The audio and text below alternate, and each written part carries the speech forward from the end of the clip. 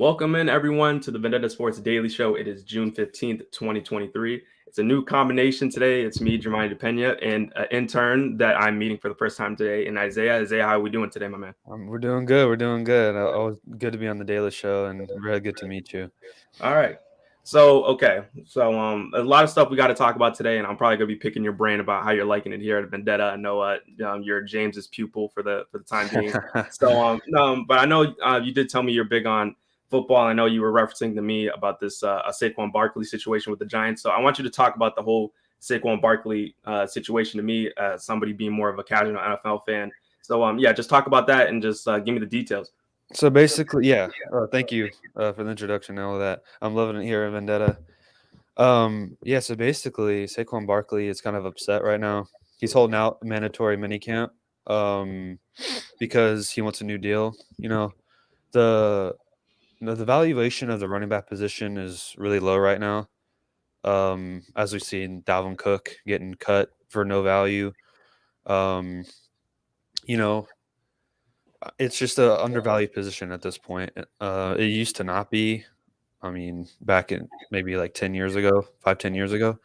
But now you got quarterbacks like, Josh Allen, Patrick Mahomes, Joe Burrow, who can lead a team. You saw Mahomes last year going to Super Bowl with a seventh round running back. I mean, it's really not the same. Derrick Henry has kind of slowed down the devaluation a little bit just because he's that good, but it's been bad. And I mean, Daniel Jones, I mean, average quarterback, maybe below average quarterback, and threw for 15 touchdowns last year. That's it. Oh my God, I'm so sorry. You're good. Your cat heard Daniel Jones like, ain't no way you disrespect Ain't no me. way you're bringing him up. Um, no, but they franchise tagged Saquon, which he didn't want, and they signed Daniel Jones to like a 4-year, $160 million deal, $40 million a year. So Saquon's like, "What the hell, man? Like, I rushed for 1,300 yards last year. I scored 10 touchdowns. I know I'm dealing with some injury struggles right now, but I'm your best player. Like, I'm the only reason you guys got to the playoffs last year. So that's kind of what's going on with him. Tell me about the franchise tag. I've always heard that word being used around in terms of football. What does that mean exactly? Yeah. So the franchise tag is basically a 1-year deal for a player. If the team doesn't want to sign you to an extension, they can tag you for 1 year with I think it's the highest value at your position. Like whoever the highest paid, you get that salary for a year, for just a year. But it guarantees no long term success. Like people were talking about they were going to do that with Lamar Jackson, but you don't want that. I mean, it's okay, I guess, for a running back, but for a quarterback, it's not good. Just because you want that long term, I Stability. guess, security. So yeah, that's kind of what the tag is. Okay. All right. So what's kind of like your angle for the Saquon Barkley situation? Like how do you feel? Do you think it should play out compared to how do you think it may play out? So it should play out. He should get paid. They should have paid Saquon first, I think. Um, I mean, he's only 26. I know I mean, he has dealt with injuries, especially in 2020, 2021. But I mean, if you watched his rookie year, he looked like a generational talent. I mean, he had like what, like I forget his numbers, like 1,400 yards or something.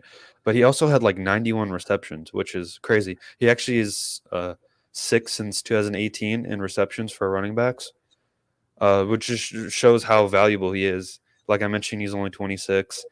Um, I mean, I think they should pay it. Now, I don't know what's going to happen because, I mean, now that Brian Dable is there, I see why they paid Daniel Jones because he's kind of a quarterback guru.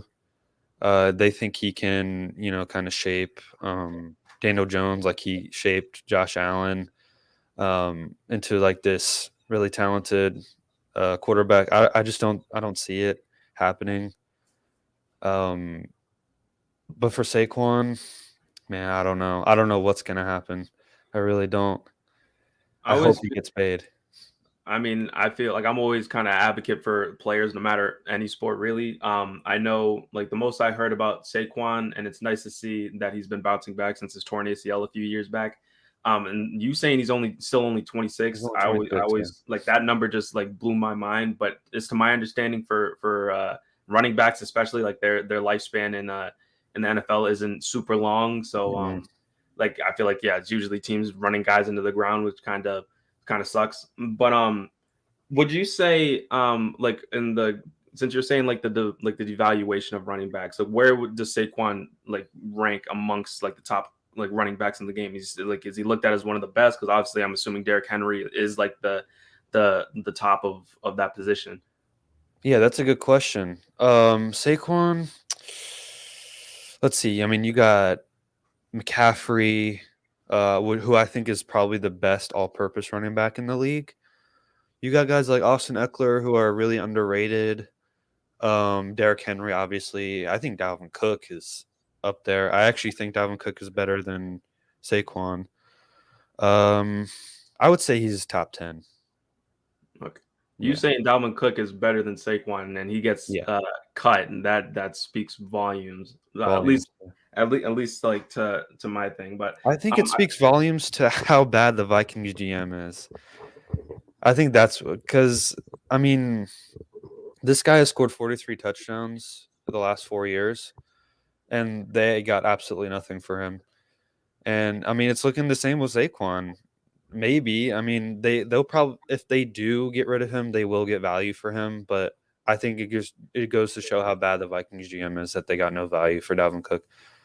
Probably top 3 running back in the league. so wait, so it means Dalvin Cook's a free agent, and if Yeah. that's the case, what team do you think would swoop in and pick him up? Yeah, so the Dolphins are looking like the number 1 team right now. I had a few landing spots the last daily show we did. Okay, A couple of them like the Broncos, the Saints, I forget the other teams I said, but I think the Dolphins are the top contender to get him. okay, and just to kind of like wrap up the Saquon thing, if he were in the hypothetical situation that things go bad and they end up trying to trade Saquon Barkley, where do you think he could end up going? Wow, that is interesting. Hmm. I mean, such a good talent. I'm trying to think of team like maybe the Bears. They could, man, the Bears would be great for Saquon, for Justin Fields, because they just got rid of David Montgomery. They have a young running back in Khalil Herbert right now. Um, I would say the Dolphins, but they're already a big landing spot for Dalvin. Um, the Saints, possibly. Yeah, we have to think about cap room as well, because I don't know how much Saquon wants to get paid. And I don't know.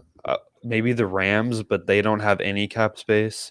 Mm, There's a lot of teams out there that could use Saquon Barkley. okay, okay, sounds good. It's something to keep an eye on. Long Yeah, story for short, come sure. from. Okay, For all sure. right. Okay, so next on the list, I know we spoke. All right, so we spoke about Saquon Barkley and that whole situation. I guess to stay on the topic of football, because I spoke with Griffin about this the last time I was on the Daily Show with him, and it turned into kind of a a little back and forth between him and Trey when Trey Uh-oh. was in the comments talking Okay. about Josh Allen on Ooh. the cover of Madden. So I want to hear your thoughts since we're still on the topic of football. I mean, Josh Allen is an elite quarterback. Now he did have the most turnovers last year at like 22. I don't know if he deserved. I mean, he hasn't made it past. I mean, he did make it past. He made it to the championship 2020. He hasn't made it past the divisional the past 2 years. So if anyone, I don't know who deserved to be. Maybe a guy like Aaron Donald could be on the I saw cover. that. I saw a lot of that. Yeah. They usually don't put defensive players on the cover. Um, yeah, I mean, he's a great quarterback. I'm not mad at it. What did Trey say? Was he mad at it? No, well, Trey, I don't think was particularly upset with it. It was more what Griffin was saying about Josh Allen, Okay. saying like pretty much saying the same thing you were saying that he was like he hasn't won anything, like he's like a great regular season player and that sort of thing. If you get a chance, just look back at it and you would just see like the back and forth near Okay. the end of the show. Like I was just there, I was just enjoying it. I thought it was great. But no, but yeah, it was a good back and forth, and then like pretty much don't bring up Josh Allen around Griffin Trey, or you're not gonna hear the end of it for a Oof. while. But Well, you could say the same thing about Aaron Rodgers. Just a great regular season quarterback, but he's not going to be on any covers. So I get where he's coming from there. You can't put Mahomes on for another year. He's been on 2 straight years. He was on 2022. and then he did the one with Brady. Yeah. Who was 21? Was it? No, it wasn't Lamar? Lamar. Maybe it was Lamar, because I know he was on one of the more recent covers. Yeah, Lamar. Finally got it. He should have been on 20. That was weird that they did Mahomes that year, but he won the Super Bowl. So, yeah, you can't put Mahomes on 3 times. Maybe Joe Burrow. You could put Joe Burrow on there. I mean, shoot, if he wins a Super Bowl, he'll probably get one for sure. He'll get one. I Think kind of about don't it. want him to get one just because Madden curse. I'm a big Wow. Bengals guy, Hmm. so I don't want him doing commercials, or I don't want him in the spotlight. Just Keep stay him focused on away. football. Was Keep him that? away as long as possible. Yes, keep him away. Keep him locked up. Wait till he retires, and then he can get a Legends cover. Yeah, exactly. Okay. Like Barry. I'm 925. Yeah, exactly. Okay. Yeah. All right. So I guess shying away from football. I know this is the first time I've been hopping on the Daily Show since the Denver Nuggets won the NBA championship, and just seeing all like the press after the fact with Nikola Jokic talking about he just wants to go back to Serbia and just Yeah, wants that to go back home. was so funny. Like that's been making the rounds all over the internet, and I think it's crazy, and I think it's awesome. I want to get like your thoughts of like did you watch, I know you're not the biggest basketball guy, but did you watch, like, how did you like the finals? If you watched any of the games, and how do you feel just seeing like because usually when star players of teams end up winning championships, they're ecstatic, they can't wait for the parade, they want to like have like just hang on to the trophy. This man Nikola wants to go back home and be with his family and his horses, and from what I read up on, he misplaced the finals MVP trophy as Yes, well. he did. He left it in the I think equipment manager's room, and he hasn't seen it since. He should. I mean, I like it though. Like he's not trying to be a star. He doesn't want to be a star. I mean, he kind of treats the NBA like a part-time job. Like sometimes it's annoying, but it's funny. Yeah. So I didn't really watch the finals that much. I watched a few halves, maybe. The last game was it Game 5. The last game. Yeah. I thought the Heat looked great the first half. Bam Adebayo looked great. Jimmy Butler didn't look the best, I don't think. But yeah, Jokic, Jokic is always dominant. What did you think about it? I think it was because I spoke with Matt Hanifan. He's the resident Miami Heat guy, or just Miami sports. Actually, no, not Miami sports. I know he's the real probably the biggest Miami Heat fan I know. But yeah, like he wanted to see a competitive matchup between two, and I feel like they got it, even though it went in 5 games. It easily could have like went further into could have went even 5 or go 6, 7 possibly. Mhm. Obviously, there was a bit of like some possessions just didn't work out in their favor, and it kind of I haven't spoken to Matt since the finals concluded, but I'm pretty sure like I'm not sure what his thoughts are in terms of how the how his team performed anyway. But I guess I'll be like some conversations to have next time I talk to him. But hey, there's nothing to be disappointed about with a AC that a lot of people were counting out and weren't anticipating to be in that Right. spot in the first place. But I feel like they're setting themselves up to be in a very unique position going into next year.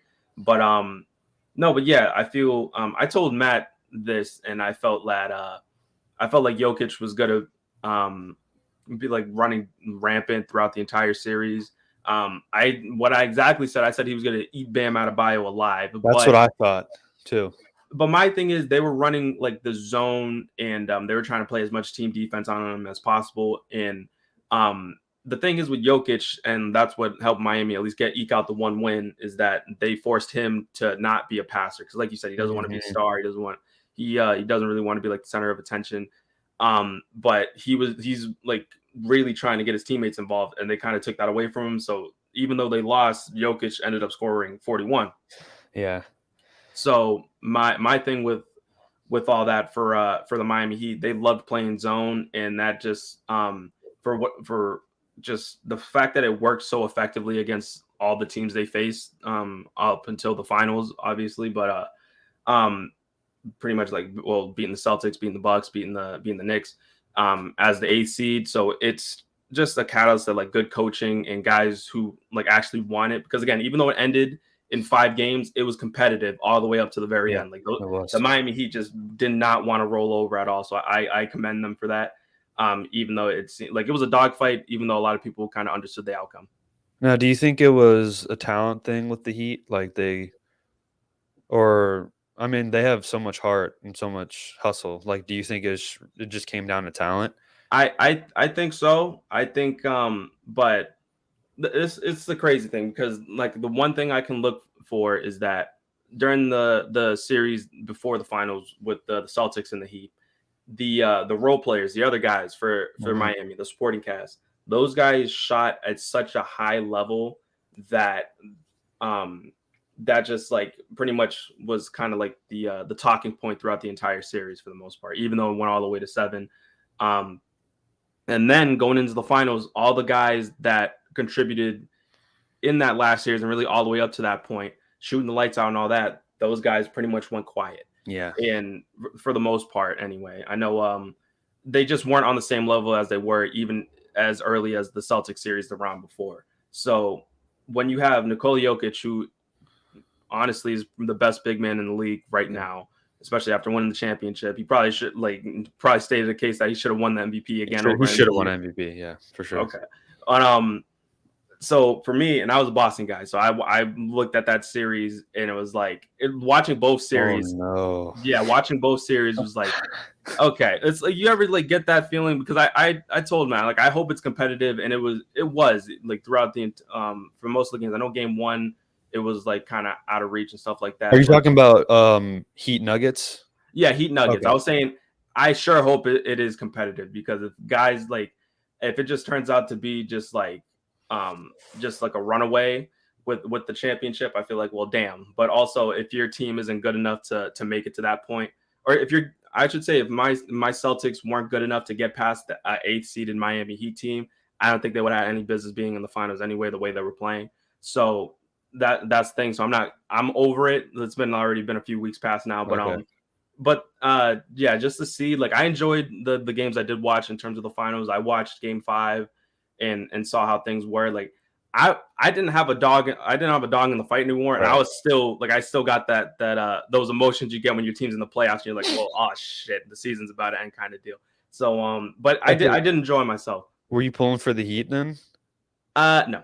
Oh, okay, because I yeah. I like my thing is I anticipated the Nuggets to win, and I'd really like I would have liked to see it go like even further on just to kind of have that thing, but I was probably looking to see the because how can I put it? I like seeing first in sports. So seeing the Nuggets get their first ever championship, Right. you know Yeah, what I that's mean? So always exciting. Yeah. like I usually look at like what narrative or like that kind of thing kind of would be more exciting to witness. And I guess that's what I'd be pulling for if my team isn't in it, obviously.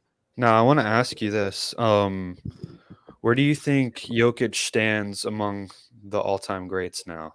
Like he's a two-time MVP, Finals MVP, five-time All-NBA, and a champion now. So, like compared to like a Shaq, um like a Kareem, like where do you think he is?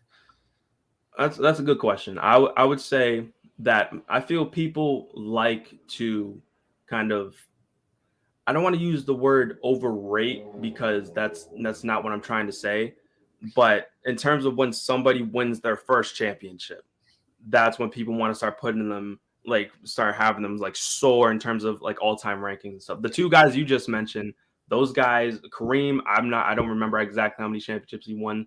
I know he won at least one with the Bucks, and then he won a couple more with the Lakers. Yep. And then Shaq obviously is a four-time champion.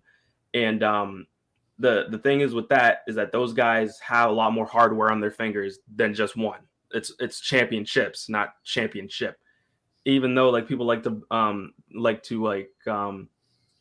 make like have the worth of each championship kind of be different in a sense. Like, oh, no, Jokic got the Nuggets their first ever championship, and Robert Ory has 7 championships, all with multiple teams. But I feel that if this is the start of him like winning more hardware, because I feel like he's done enough to like be warranted as like, okay, he's starting to get in that discussion, and it's Okay. like, all right, now he has a championship. So if he goes the rest of his career without having another one, I would say it's more you would look at it as a talent level, but people like to evaluate the kind of hardware you have at the end of the day. Yeah, and that's unfortunate for guys like Charles Barkley. Yeah, Um, yeah, exactly. yeah. I mean, wow. Yeah, that's great. Um, there's a lot of the media. Yeah, like you said, I don't like it's overrate's not a good word, but they're kind of cementing him right now. Okay. I would say recency bias. That's what it is. Okay, that's a good word for it. So guys like Nick Wright and Colin Cowherd are already cementing him as one of the greatest of all. I think Cowherd said he's top 25 ever now that he won a championship. Like I can again with like the recency bias point, like I can understand why people will be so quick to say that. It's even like, just imagine if let's say like even right now, like let me ask you this just to kind of tie it back to football. Like with Pat Mahomes, do you look at him as like one of the greatest quarterbacks of all time right now? I actually do. Okay. But He keep in mind he has multiple championships to his name now. So Now people say he's the greatest quarterback of all time now. People are saying that. I think he has the potential to be. He's not even close. Like he doesn't have the yards, he doesn't have touchdowns. He doesn't even have the championships yet. He doesn't have anything yet. Like Jokic. I mean, it's the start. He's building. he's building on it, right? But you said top quarterback ever. Is that what you asked me? Is he No, I was saying like, is he looked at as one of the greatest of all time? right now he is, yeah. Okay. Yeah, he I is would actually. say so. I would say for Jokic, it's that it's pretty much like people like when they win championships, like the recency bias, they put them like on a higher pedestal. Has he built a case to like be in that conversation? Absolutely. But I feel it comes with doing like, what do you do for the rest of your career? Because I feel like if he keeps on the same pace, he's obviously going to be looked at as maybe one of the 5 greatest of all time when he's done. But as of right now, I don't think he's there yet. But he's looked at as one of the best players in the league, if not the best player in the world. I can say that. But I usually don't like looking at somebody who's still playing as an all-time great, unless like you're someone like LeBron. You've been at this for a long time. Right. You kind of pretty much cemented your legacy like long ago.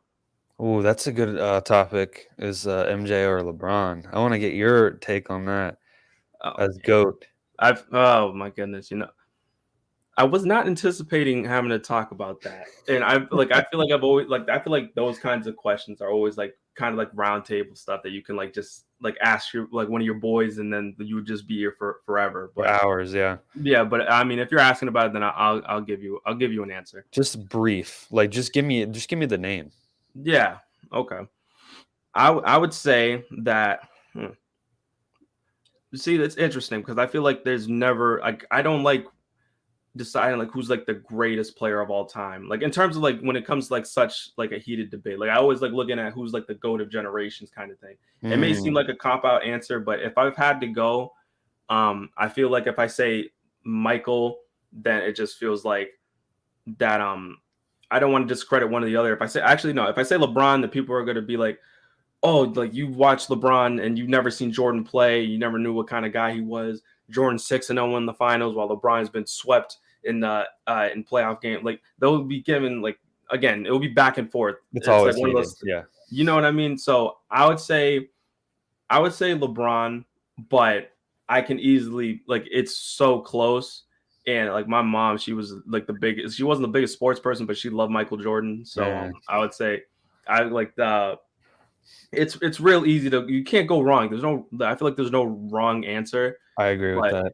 you know what I mean? Like Yeah. they have like they're great in their own things. Like if you were talking about like if I had to give you like a top 5 or things like that, easily both of those guys are in that discussion. And Easily. then Yeah. but even then, like if you're saying like 1 and 2, like I feel like there's no change in order because LeBron can easily win another championship, and people would be like, "Oh, he's the GOAT." Like, look when he won in the pandemic season, and people were like, "Oh, he's the GOAT now. He's the GOAT." Now Like, a lot of people discredit that championship, like the oh, it was the bubble championship. yeah, yeah.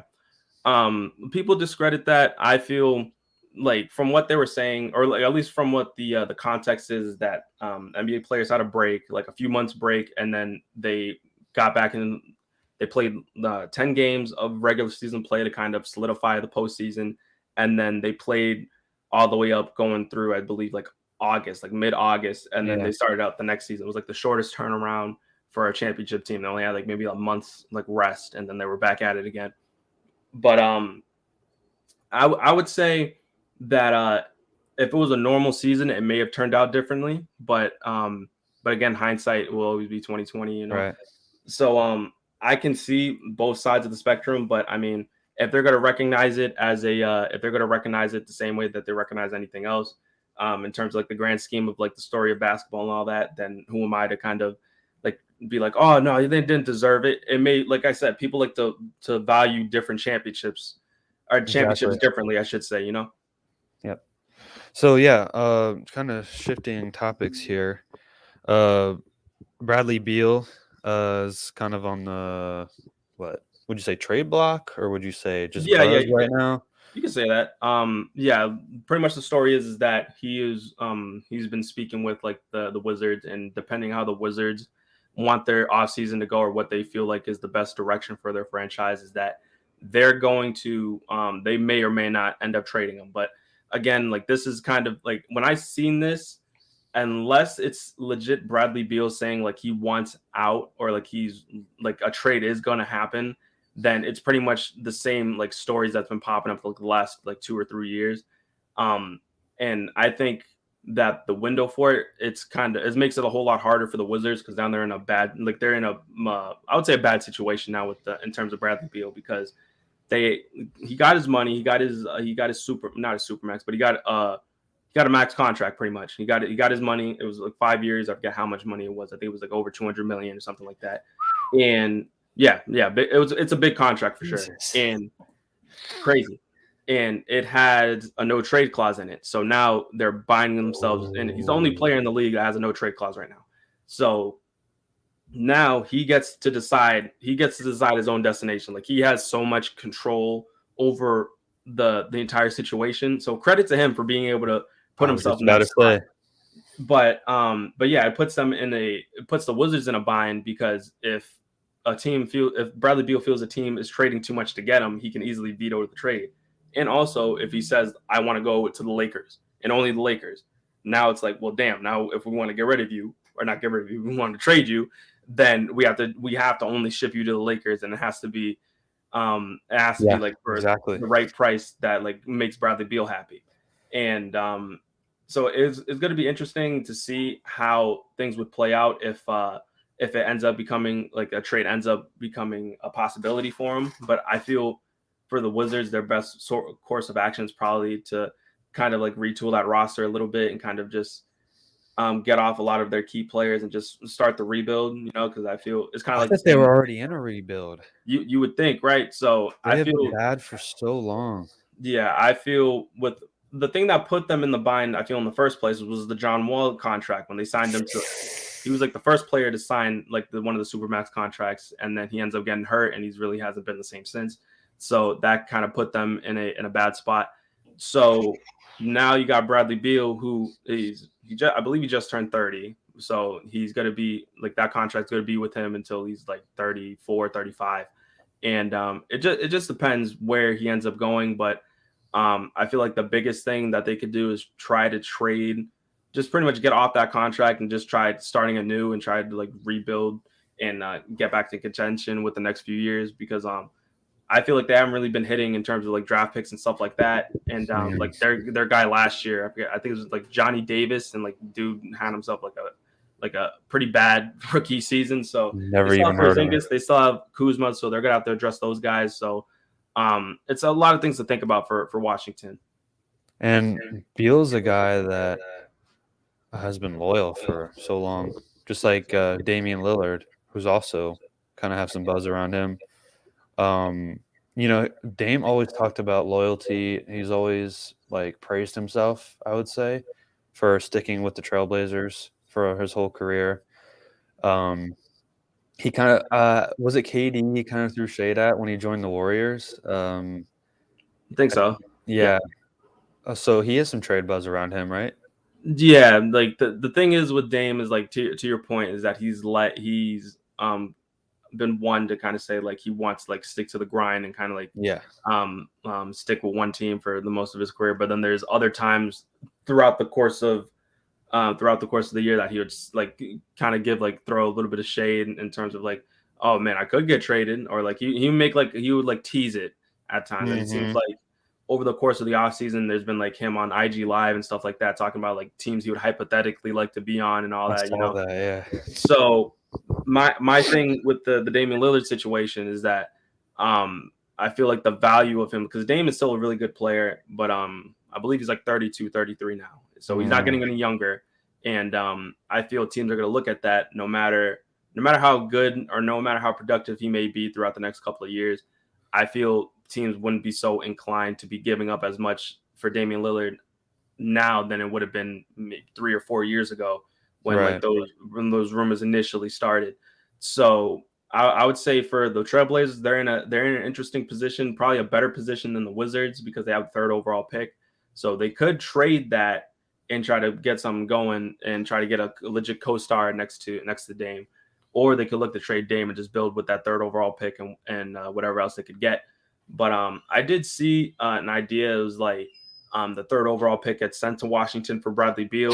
So like Oh, that's so interesting. yeah, so like Yeah. Brad and Dame would be playing together. And I feel like something like that, a trade like that could get done because the Trailblazers, if they're looking to build around Dame, you get yourself a legit star backcourt again with Dame and Beal, and you don't really have to give up too much. I feel like the third overall pick would be enough to get that done because it kind of pleases everything, kind of kicks off the rebuild for the The Wizards, Wizards. and Yeah. it puts the Trailblazers in a better position, getting another high scoring guard in Bradley Beal. Yeah, I like that trade idea a lot actually, because like you mentioned, the Wizards get the third overall pick, which will get them a high value player, and then Dame gets another guy like a more talented CJ McCollum. I remember CJ McCollum. They went to the playoffs together a few times? Yeah. They even made it, I think, as far as the conference finals in, oh man, I think it was 2018. It was one of those years they made it all the way to the conference finals. Yeah, so that's a good backcourt right there. Off season is going to get real interesting with a lot of moving parts. It's kind of been like the NBA's thing the last couple of years is that like I feel like any other off season in sports isn't as crazy. I feel like I may be wrong in football, but like when free agency. Man, okay, football was crazy this year. I would Okay. say that. Yeah. So just imagine like how the NFL season it was last year, and that's like the NBA offseason like every other year since like the start of like 2016. Wow. You know, I so mean, like the NFL offseason this year was insane. Like it started off so hot and it's still going right now. yeah, I seen what was it? I haven't been keeping up, but what would you say has been like the biggest move so far then? Probably Aaron Rodgers to the Jets. It Okay. was I mean, we kind of expected him to move off the Packers, but it was still like, oh shit, like he went to the Jets, like, oh my god. Yeah. See, Um I'm waiting for that stuff to happen in the NBA offseason. yeah. It's gonna make for a lot of good discussion and stuff like that. It's always fun before like the moves actually start um getting like set in motion, because it's like, oh, imagine this guy played here, or played with like had this squad around him and all that, and it's like it's certain trades it does happen. It's like, Right. oh man, now like you said, like, oh man, Aaron Rodgers is got you said he was on the The what team Packers. who's Packers, but what team did he get traded to? Oh, the Jets. Okay, so see, like, oh, Aaron Rodgers is on the Jets. He's So on like, the Jets. Like, wow. yeah, it's like, wow, those guys could probably go to the Super Bowl or something like that. That's You what know what I mean? everyone's saying. Like, so like you got people like that. That's like the fun discussion about like sports in general. It's like it's about in the off seasons anyway, in terms of that kind of thing, seeing players donning new uniforms and all that. Yeah, it's exciting stuff, man. Maybe I should pay more attention to the NBA. I don't know why I just can't sit down and watch the NBA game.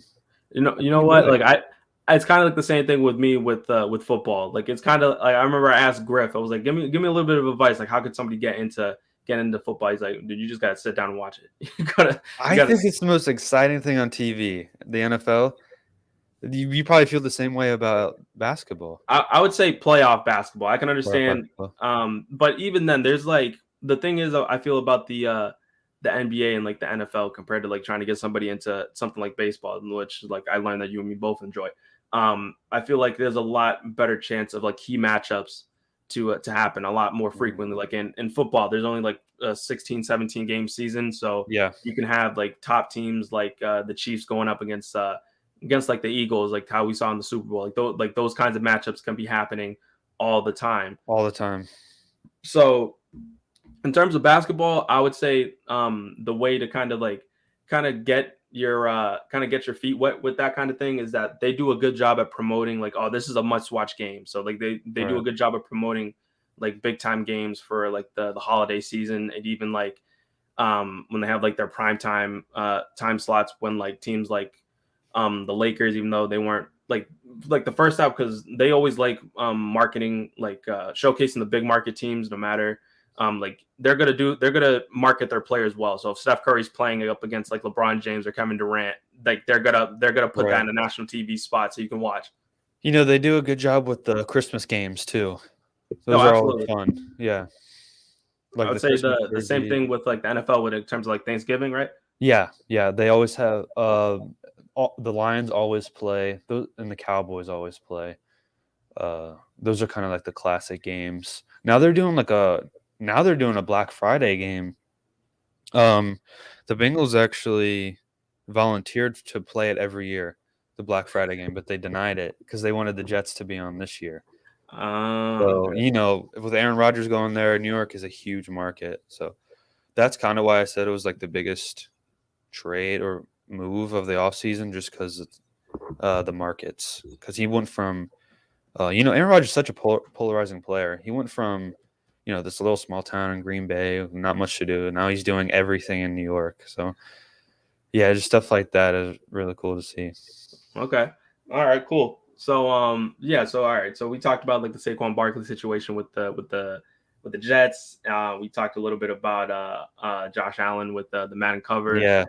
Talked some NBA stuff with the finals and all that, and kind of hopefully kind of like persuading, like giving you a little bit of more interest into basketball a little bit. Yes. I for one, for me is that I'll probably try to dive in a little bit to the NFL season when it kind of kicks off in I believe in October or September, It October, is September. Yeah. September. So I'll Early probably September. okay. So I'll probably be sure to go and take a look at that and kind of dive. I'll dive into the NFL and kind of like become more accustomed to that if you open like your horizons to basketball. Oh, for sure. Yeah, All right, all right. for I'll sure. I'll I'll hold myself to that and I'll hold you to that. I'm gonna try to pay attention to this off season in Okay. the So NBA. all right. Cool. All right. So we talked about a little bit of basketball. Talk about a little bit of football. Let's talk about some baseball now. Okay, let's do it. Okay, so this is the first time we're doing this, so I want to ask you like what like who's your team, or if you even got a team, are you more like that Yeah, person? I just follow players. Like who's your team? Cincinnati Reds. Cincinnati Reds. Okay, Yeah, most all exciting right. team in baseball right now. You know what? I'll let you have that one for sure.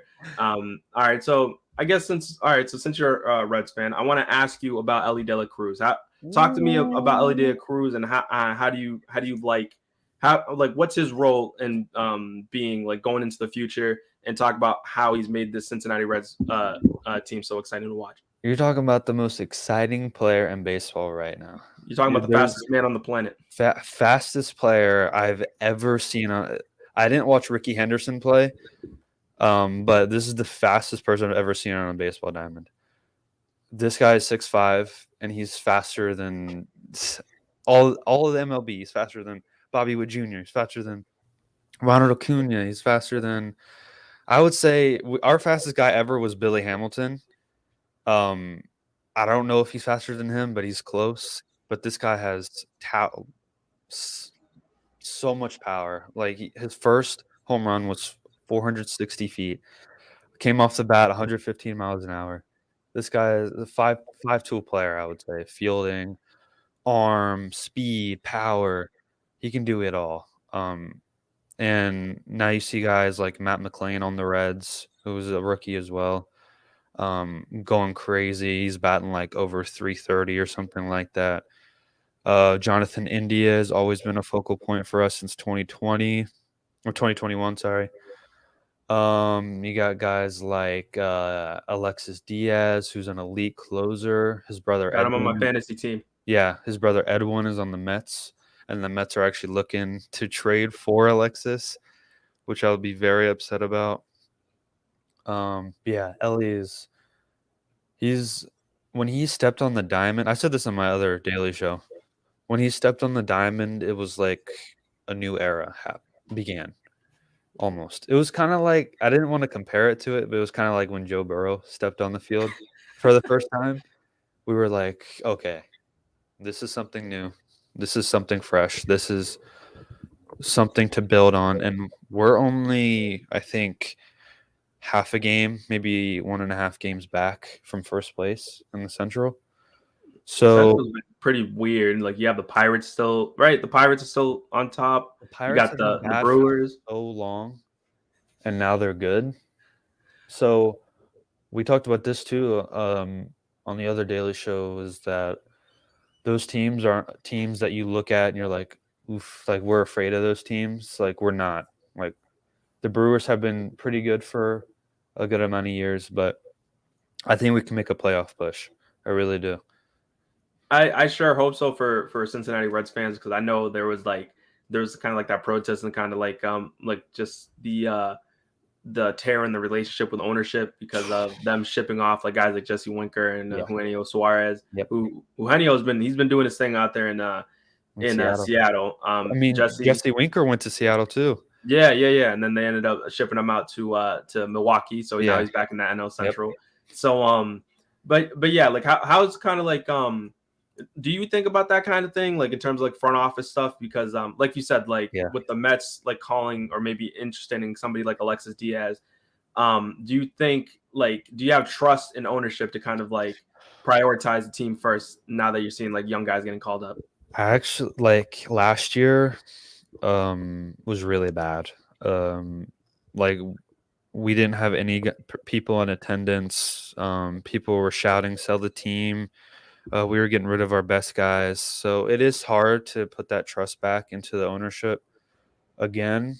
But it does feel different now because it seems like we're making smarter moves now. We're calling up more guys. We're trying to build on our younger talent. We're trying to build on our key players like Jonathan India, Tyler Stevenson, Hunter Green. We just extended him. That was a big step in the ownership, was extending Hunter Green because the Reds kind of thing is like, oh, okay, you got a good player. The Yankees, Dodgers are going to pick him up. Some of the big payroll is going to pick him up because we're small market. We don't have much money. Like it's like our fifth highest player is Ken Griffey Jr. right now on our payroll, and he hasn't played in like 10 or 15 years. So it's just stuff like that with the ownership that makes it difficult, but it does feel like a new era is happening. Okay, I mean I give like it's always nice to see like teams that have kind of been on like the bottom of the barrel the last couple of years kind of get their shine. Like I remember when the Braves are kind of transitioning from kind of having like Freddie Freeman and kind of those guys in the forefront like around like Mhm. 2015, 2016. So like they were bad and they started getting good when they started calling up Acuna and Ozzy Albies and those guys. So I hope and even with the Pirates calling up O'Neal Cruz before he went down, like just seeing like those teams who weren't very good start become competitive again, that just like it only helps just like the sport in general. It brings in more people, brings in more fans, or it brings old fans back like, hey, we're good again, you guys can come back. Yeah. But so I would say that it's cool and it's fun to see both teams. I feel like that NL Central is going to be real competitive Yeah, it down the is. stretch. I'm here's hoping anyway because I feel like the Cardinals and the Brewers have kind of been reigning supreme in that division for the Yeah, while. and the Cardinals are terrible this year, which was Yeah, a like they huge went out of shocker to spare me. to like May, but Yeah. Like their pitching is just terrible. let me ask you this since the Reds are competitive. Let's say this competitiveness goes all the way up until I believe like late July or whenever the trade deadline is. Do you anticipate them actually trying to get somebody to kind of help with the playoff push? And If if so, who? we um we're not the kind of team that makes big splashes, you know. Mhm. I think what the owner, if we're doing okay, I think the ownership will be like, "Hey, we're doing okay. We don't need anybody. We can." Our farm system is probably one of the better in the league. Um, so I think we're going to rely on our young guys to get us there. I think we're a year early in the rebuild. Not a rebuild, Retooling. but yeah, a reswing, like kind of like the Bengals were, who no one expected them. We went to the Super Bowl in 2021. No one expected that. Um, I think that's kind of where the Reds are now. Um, I wouldn't see. I couldn't see who would we pick up at the trade deadline. I just don't think it would happen. We're not the kind of team that would make a big splash, but hopefully they Just stand surprise pat. me. I'm hoping. Okay. All right, but I would say since like the MLB All Star Game's coming up, and the way MLB works is that they always have somebody from every team represent the Reds. Who would be, or not the Reds, but every team gets a representative for the All Star Game. Who do you think should be the Reds' All Star candidate? Right now probably Jonathan India or maybe Hunter Green. Matt McLean could make an argument, but he hasn't played long enough. Ellie De La Cruz hasn't played long enough. Those guys, I mean, they could make the All Star game. If they keep playing the way they're playing, then possibly Matt McLean or Ellie De La Cruz. But I would say right now it would be between Jonathan India or Hunter Green. They've Okay. been playing really well. Yeah, I like Hunter Green. The fact that like you got a start who can pitch, like throw as hard as he can and has himself like a nasty slider changeup combination after that. Yeah. Like I feel like that's, if you're gonna look for somebody who kind of be like the hold down the rotation for the next few years, that's a good place to start, because the fact that he's tall helps out a whole lot too. Because that, That's why we extended him almost immediately. We were like, oh God, okay. We can't be like we were last year, like we can't get rid of our guys anymore. So we put the hammer down on that.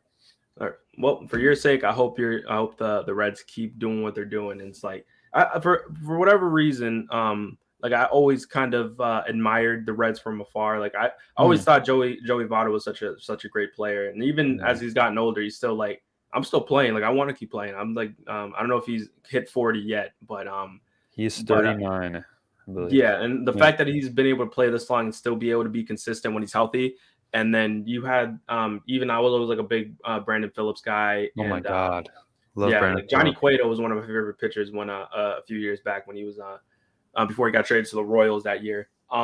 But even as recently when like Derek Dietrich just was like torching the Pirates for like that 2 week period, like he'd have like 12 home runs all against the Pirates or something He like was that. just pimping home runs.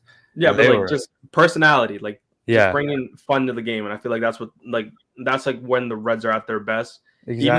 Even if they're not the greatest team, they make the game fun to watch. So Yeah. I'll give them credit for that for sure.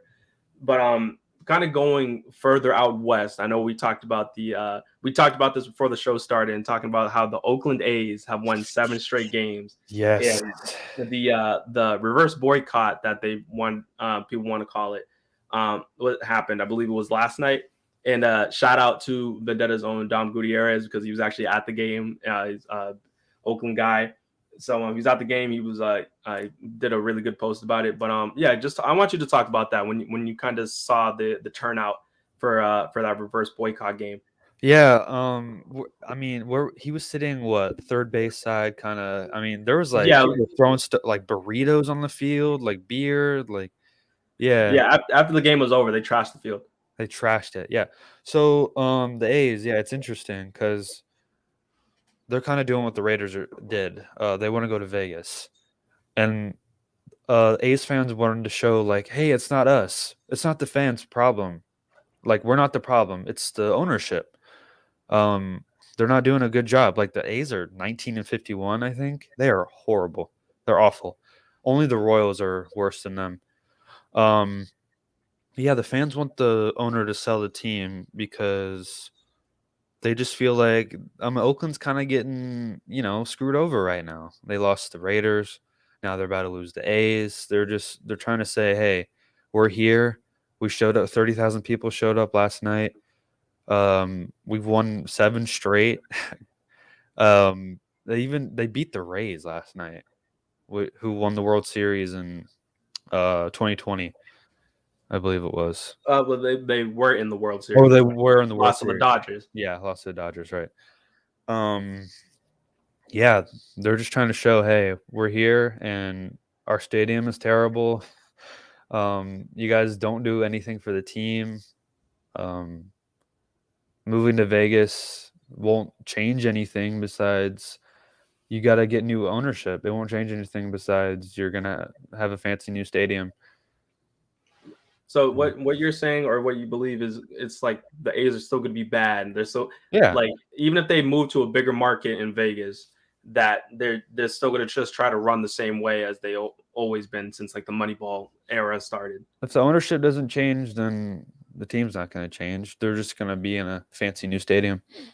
Okay. Kind of like the Raiders, I guess, even though they're slightly better, I think, than Oakland. I would say this with my opinion on just like in terms of because I don't follow the A's obviously like you can see over here I'm a Red Sox guy Oh, but yeah. but for me that I feel I always am a fan of league expansion or like getting more cities involved into sports and stuff, especially Las Vegas because like Las Vegas like I feel like there's money to be made.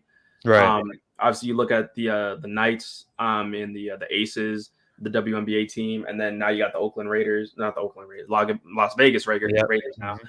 and then you have a potentially MLB team in the A's.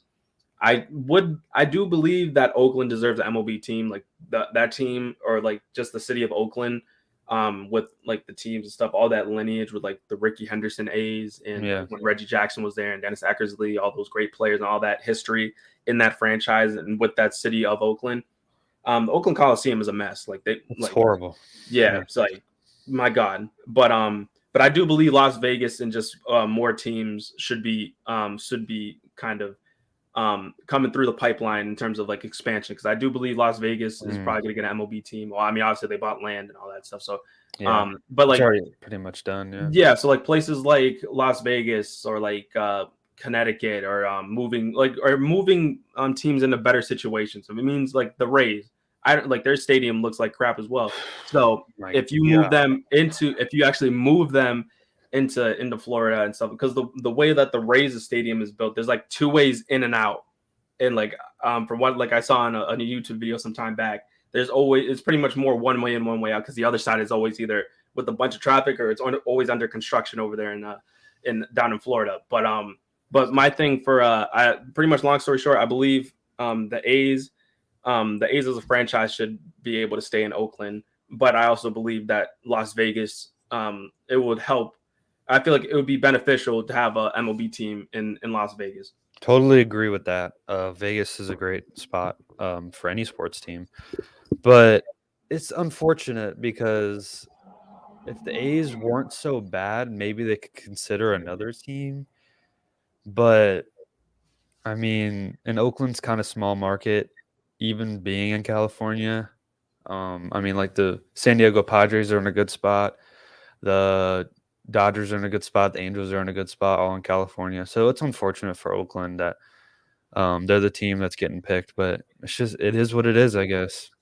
Yeah, I feel if anything, I wonder if like they do what the NBA did when they relocated the Supersonics and turned them into the Oklahoma City Thunder. Oh yeah. I wonder if they changed the name of the A's to something else.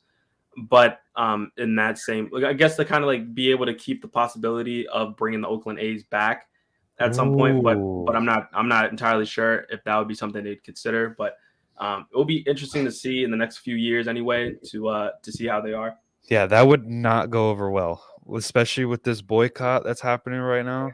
Yeah, fans are gonna lose their minds if Oh, that would be horrible. they'll lose their minds if that happens. Like, because again, they bought the land, but that doesn't entirely mean that the team has to necessarily move. From my understanding of the entire situation, so there's still a chance.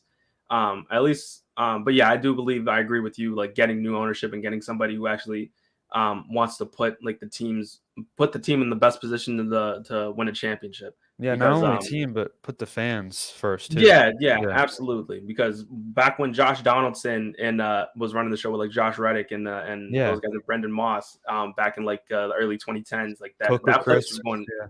Yeah, no, even Yeah. though the stadium was still the same, like people were still showing up to the games. Right. Yeah. So Yeah. very interesting to talk about. Yeah. It's unfortunate because Oakland's been picked twice to go to Man, Vegas. so I mean, my heart goes out to Oakland A's fans for sure. But so kind of just like as a final discussion, talking point, I should say. Mhm. Obviously it's still way too early to be talking about like MLB offseason stuff, but I feel like this was something to note because I saw on Bleacher Report's baseball Instagram page, BR Walkoff, they were Sure. predicting MLB contracts for the next offseason. So I'm gonna read them off, and I want you to kind of give me your thoughts to talk about them a little bit, just Okay. kind of way to kind of like just like take us out. Yeah. All right, you ready? Yep. Let's do it. Okay, so for the first one, I see we got Cody Bellinger of the Cubs. He signs a 3-year, $78 million deal.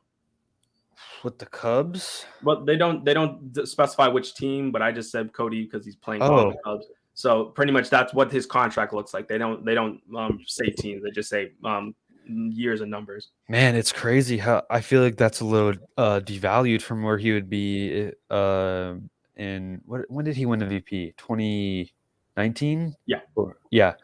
I think he would have got all the money in the world back That then, bag. but 3 years 78, that seems kind of low for Bellinger. I don't know. How many is that a year? I'm bad with math. It was like 78 divided by 3. Let's look.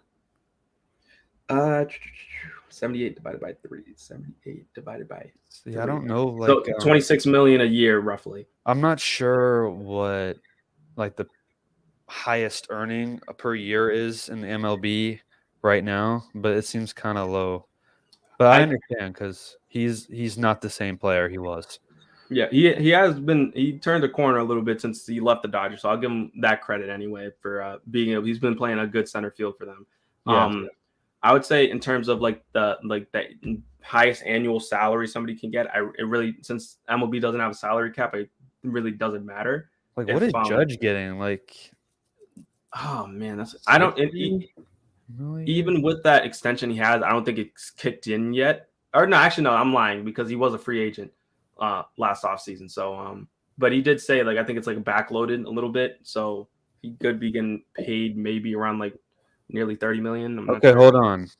Now I just did some math, and I did Bryce Harper's contract, which is 330 over 13 years, and that's 25 million a year. So maybe Bellinger's not getting underpaid or devalued. Well, keep in mind it's on less years, so it's Right. 3 years compared to Harper getting more money over a longer period of time. Okay, that's true.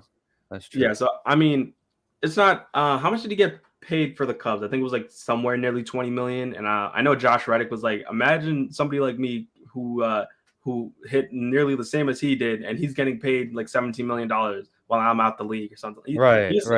He was kind of upset about it, but Bellinger was yeah, hitting like below like what 230 or something. It was. I think it was even worse than that, to be honest It with you. was horrible. I think Bellinger was actually batting like $165. Oh my god. Let's see. Minus well since we're counting. Okay, so his last season with the Dodgers. Come on, where is it? No, where is it? I thought it was like 198 or something. He batted $143. Oh no! Come on, stop. No. Wait, never mind. I'm tripping. He's why the hell is it not giving me his like legit career stats? Nah, okay. So that was in postseason play. I don't know why. Okay, let's look. Okay. Hold on. Yeah, but I know it was still bad. I know I believe he batted under 200. Come on. Where is it? Nope, not there.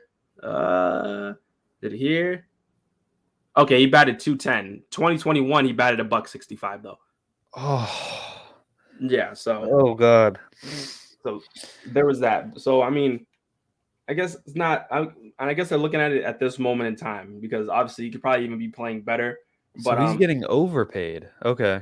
if like that's like the prediction Yeah. in terms of a contract. All right, Okay. let's do another one. Let's do another All one right. real quick. Sorry, Josh Hader of the Padres Oh, goes in the free agency. 5 years, 105. I like that. Josh Hader is an elite reliever. Oh my God, he used to give me nightmares. When he was on the Brewers, the dude, he has like the most wicked wind stretch, and then he throws like 101 or something, and then he has this like disgusting slider. He used to give me nightmares. Yeah, I like that contract I wonder for what Hader. team would be because I'm pretty sure the Padres would probably be the team to bring him back. I remember the Red Sox were looking at him like years ago, even when he was like even as far as like 2018, 2019, they were looking at him. So it would Mm. be nice to get like an elite closer again. Like even though I do love Kenley Jansen, but like kind of just like somebody who can like hold down the fort for like the next like 4 to 5 years. But Yeah, and um, he's not just a closer. He can come in and relieve pitch too. So yeah, having a guy like versatility. that is amazing. When he's at his best, he's one of the best closers in the league, no doubt. Yeah. All right, next one. Okay. Teoscar Hernandez of the Mariners, he signs a 5 year, $110 million contract. Now I don't know much about Teoscar. I know he has a cannon of an arm. I think he plays right field, or is it He's left? he can play right or left, but he's a right fielder, Yeah, great power against lefties, and he can run he can as run, well as and a he has cannon of an a arm. cannon of an arm. He's 30, by the way. He's 30. I mean, base age in baseball, I feel like is not as bad as other sports like I like football. that point. Yeah. So you can sign guys even in 32, 33, you can sign them for. I mean, Harper is 33, 34, and he got 13 years. Mike Trout got 14 years, I think. I think Harper just turned 30. Hold on. Wait, he just I was turned saying you 30? said Bryce Harper 34, bro. He's not. I thought he was like 33. No, he may look like it because of the beard and everything. I don't even put it past you. But yes, he was born in '92. Oh my God. He signed that contract Whoops. back in 2019. So he was like 27, 28, something Okay, like that. what about Trout? Trout, that's a good question. Let's see, Mike Trout. I think Trout is like 31, 32. Okay. Let's see. Trout is 31. He will Okay, be so it's not 32 in bad. August.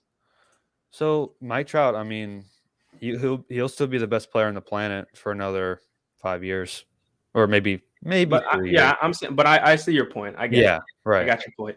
I Okay. cannot believe I said that. Oh my God. I don't blame you. Like Harper got the beard and it kind of has like the battle scars It just of seems like like he's been in the league forever. yeah, I he's don't been know in the league why. since he was like 19. Yeah, I that's don't blame you why he one bit. came in so young. Yeah. Yeah, that's crazy. All right, so he came in. He won Rookie of the Year, I think, in 2012, something like that, or maybe am I? No, I'm not wrong about that. So he's been in the league for over a decade now, Because and he's baseball is so weird. Like, either you come in when you're 18 or you come in when you're like 24 and you're a rookie.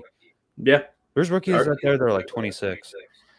crazy. All right, Crazy. but yeah, 5 years, 110 for Teoscar. I feel like if he can keep that consistency, because he's Yeah, always been like a heavy like 30 35 home run guy, especially when he was back in Toronto. I don't feel like that would be a bad contract for him. I agree. All right, I like that. next one. Marcus Stroman of the Cubs. He signs a 4 year, 112. How old is Stroman now? I think he might be in his 30s now, actually. I don't know about Stroman. Stroman is 32. 32. What was it? 4 years, 115? 112, yeah. 112. He's putting up good numbers, though. Yeah, he's been pretty good this year. I'm not sure about that one. Is that a good contract? What do you think? I think for someone like Stroman, he's been very consistent. So I would say that and he's proven he can he can pitch in those big games and those big playoff games and just against some of the better players, as better teams in the league, I should say.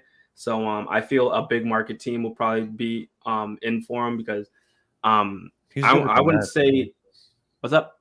I said he was good with the Mets, but yeah. Oh yeah, Yeah. yeah. So like I said, like the big market teams, he's not going to be afraid of that kind of thing. I think Right. more players. I feel like MLB needs more players like Marcus Stroman, somebody who's gonna want to like elevate the game and kind of push the game forward. So like when he was younger, when he was playing in Toronto, I didn't really like his antics because he just seemed more like a hothead and stuff like that. It seemed like he wanted to cause problems, but now it seems like he's matured in that sense, and it's all about being a competitor. So I love Marcus Stroman. I think like everybody would want him on their team, but hate to play against him if like that kind of deal. Yeah. You know? So I feel like this isn't such a stretch, especially if he keeps this up going into his twilight years of his career, or not even twilight years, but going into 35, 36. I feel like Carlos Gomez was kind of like that, kind of hothead early on, but he was super talented. Oh But yeah, I feel like people kind of just brushed him aside because of his attitude. So yeah, I like what you said about Stroman maturing, and I just feel like it never happened for Gomez, unfortunately, even though he went to the Astros and he did okay. But yeah, it's unfortunate.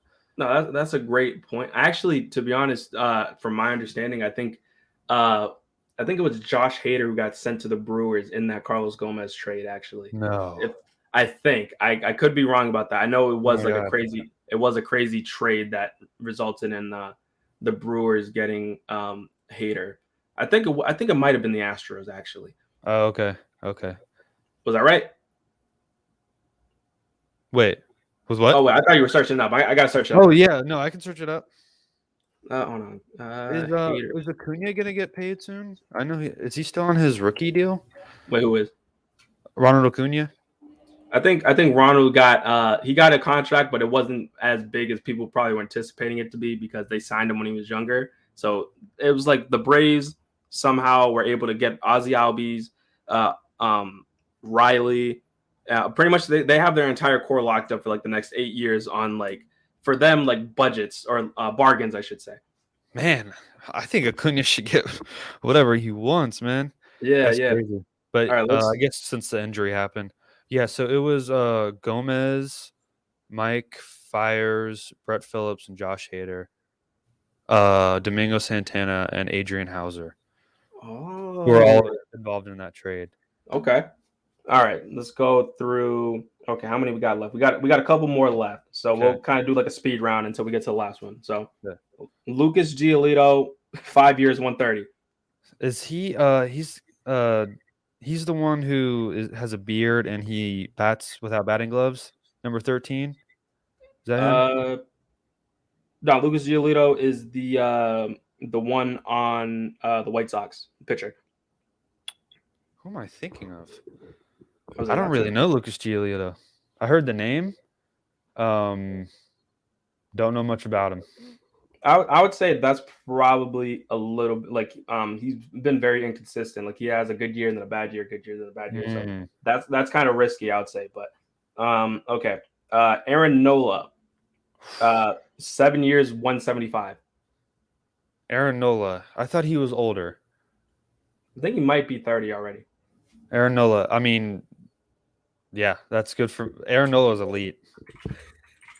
I like Aaron Nola. So give him that the Brinks truck. Okay. What was the contract? 7 years. 7 years, 175. Ooh. All right. Pricey. All right. Second to last one. Matt Chapman, 6 years, 180. Wow, that's big. I like it though. Who's he on? He was on the A's. A's got traded to the Blue Jays. Blue Jays, yeah. Keep him. Well, do you think another team would scoop him up? I think you're looking at when he's at his best. You're looking at the another version of Nolan Arenado. Well, at least high praise. I would give him that praise because he's been so good with the glove. Those guys played together in college. Yeah. Like they were on the left side. I do believe Nolan's a better hitter, but I say if you can't get somebody like Nolan Arenado, and you're looking for someone who can get you, who has a good bat and great defense, Yes. then you look at Matt Chapman. Like look what he did last month. The dude was like he was just on a different planet, or he was Yeah. hitting like the best player on the planet. So him playing as of right now, like I could see him getting a contract like that, even if it's by the Blue Jays. But I feel like there may be other teams out there that would be looking to get him. But yeah, I do believe Matt Chapman, when he's at his best, he's one of the best players in the league. And you can build a great team around a Chapman with Vladdy and You got Bo Bichette. Bichette. God, Bo Yeah, Bichette. I mean, he is going crazy this year. He's a front absolutely. runner for MVP, I think. For you, Yeah, I mean, he's up there, top 5. I would say this. I would it's interesting to see. I guess for me it depends, because the AL East is so difficult, and I feel like baseball is like, it's hard to be, if you're consistent, you're one of the best players in the league. So for him, it will be interesting to watch. But it kind of brings brings me happiness, at least from like a MLB fan perspective, that he's able to kind of like, seems like he's gonna have himself an MVP caliber year that fans were anticipating him to have. I Yeah. don't think he got to that point yet, but now he's taking that next step. So Okay. it's going to be interesting to see how he plays the rest of the year. Okay, I think Okay, I know who your last guy is, and I'm excited for it. probably easy enough, but okay, Shohei Ohtani. Yeah. So I want to. I'm not even going to give you the number. I want you to kind of give me like your ideal contract for him, Oh and then my I'll read God. off the what they have. I have seen numbers where it's like 10 years, like 600 million or something like that. Just ridiculous numbers. Like, okay, what does it say? The Okay. prediction. Well, it says here that he will sign a 10-year, $520 million contract. Oh God. I mean, give that dude whatever he wants. I think that it's tough because I feel so bad for Trout and Shohei if they get locked up in Los Angeles, because I just don't see the Angels going anywhere. Um, Not even close to a World Series. I mean, yeah, I don't know who's going to give him that, but he deserves every penny of it. He really does. It- I think he would be 28 or 29 when he signs that contract. So you would be pretty much signing him for the rest of his prime. So, Yeah, and either way, I feel like there'll probably come a time where he becomes either solely a hitter or solely a pitcher at some point. But I feel like that, at least now, because he's proven he can do both at an elite level, I feel like we wouldn't have him be doing that until like, maybe until he's like, depending how long he plays for. So like 37, 38 years old, then we'd be like, all right, I'll just be a DH from now on or something like that. or he could, yeah, you could keep him as a hit both for, yeah, like you said, 37, 38, and then pitchers can go in the early 40s. Yeah. Yeah, So I feel either way, I mean, just like seeing how he's been able to do it now, it really, I guess it would just be up to him. But right. like either way, he's gonna be the highest paid player in MLB history. So because Yeah, this is unprecedented.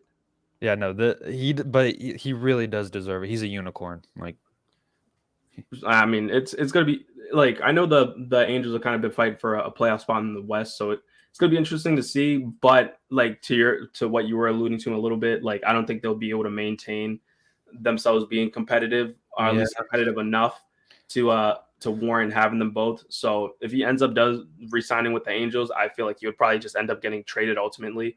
I don't think the Angels are going to be the only uniform he wears throughout his career. So I hope I'll just say not. that. I really hope not. I want him to get a. I want Trout to get a ring really bad. But I just can't see it happening unless he ring At least with chases. the Angels. Yeah, with the Angel. Yeah, like I said, unless he ring chases. Okay. Yeah, All right. So, yep, we got through all that. We talked about some Saquon Barkley, NFL stuff, Josh Allen being yeah, the cover boy for Madden. We talked about some basketball, NBA stuff, off-season moves, and all that, and then wrapped it all up talking some MLB stuff. Learned a lot about you during this hour in nearly 15 minutes. So it was a fun time. So I hope you enjoyed yourself as well. But if you got anything else you want to chime in about before we wrap it up, because I'm all good. So I'm all ears if you got anything else. Oh no, I'm good. Yeah, it was a fun show. All right. Yeah. Okay. So with that being said, everyone, I've been Jermaine DePena. That's been Isaiah. Hope you guys all stay safe out there, and we'll see you guys tomorrow with two new people in the chairs tomorrow to keep discussing the world of sports. So with all that being said, stay safe out there, everyone, and be sure to go check out VendettaSportsMedia.com and check out all the great content we have over there as well as supporting us here on Twitch and YouTube. With all that being said, once again, take care, everyone, and we'll see you guys next time. See ya.